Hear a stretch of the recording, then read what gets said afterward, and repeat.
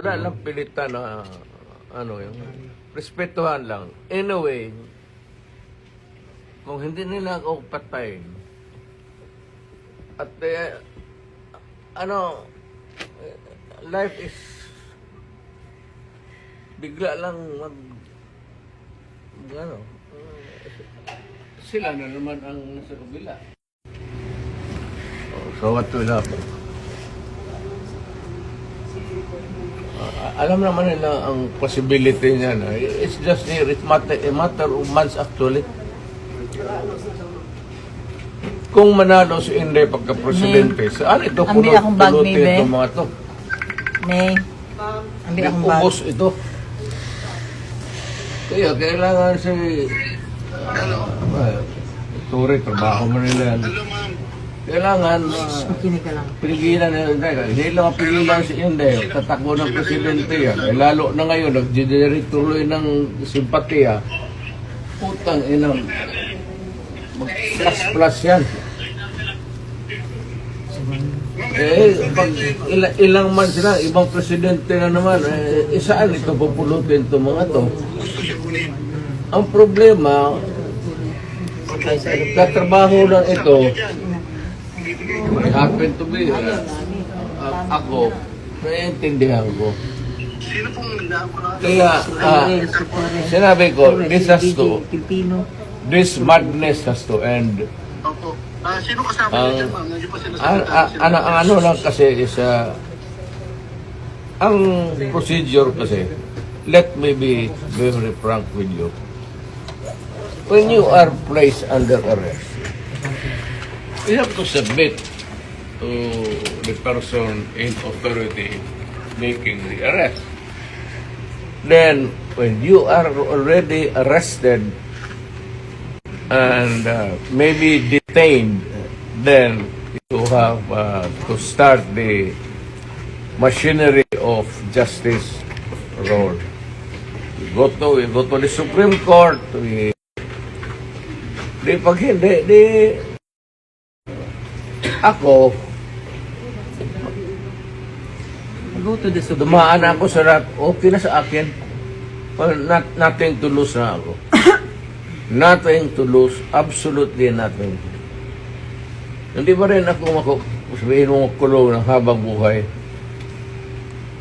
Wala ako.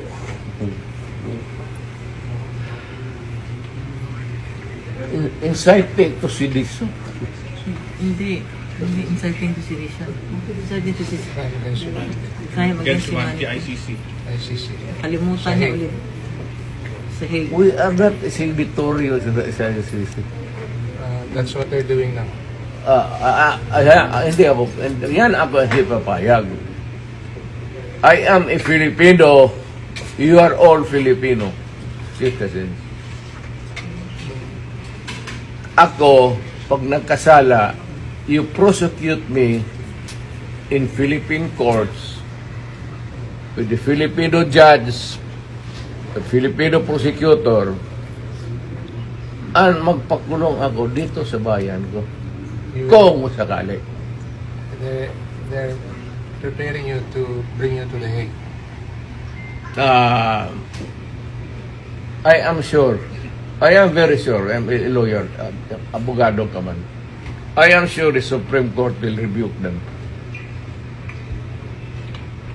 Baski na hindi tayo maghingi niyan, the Supreme Court will rebuke them. Tignan mo. Hindi pa bayad ang wala tayong extradition treaty.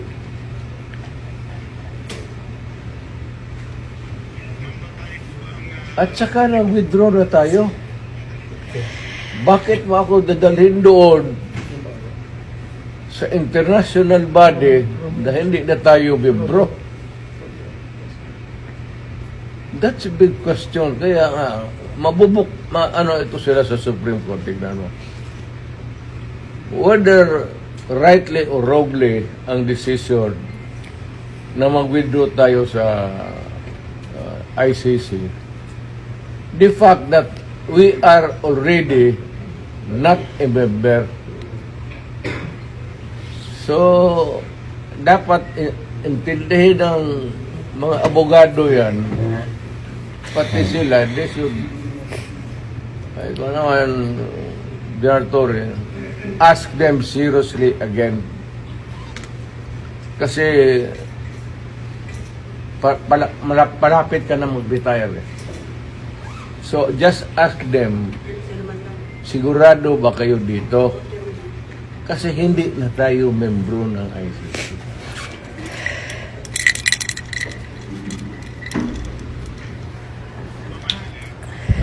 Medisina ko rin. Sabihin lang ng drama. Sabihin mo, sabihin mo totoo, hindi alam nila yan. Matanda ka na, kailangan mong medisina.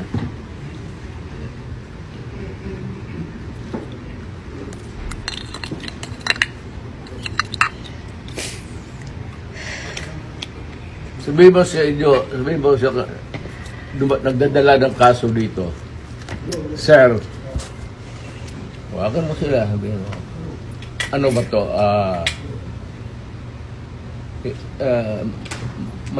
May variance kasi.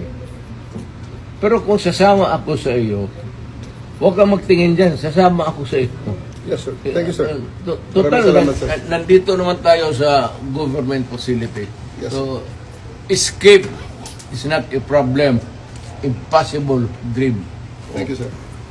Okay lang mga parado. Ang akin lang, I might not have the chance anymore to lecture on you na the serious implications nito. Yes, sir.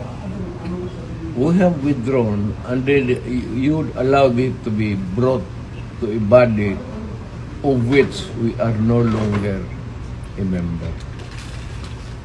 Isa yan. Kaya sabihin mo din sa prosecutor, sabi ni Mayor, kindly ponder on this seriously. Makakarating, sir. Alam mo man, nabasa mo man siguro, withdraw na tayo. Makakarating, sir. So, bakit mo ako dalhin doon sa international body na hindi tayo membro?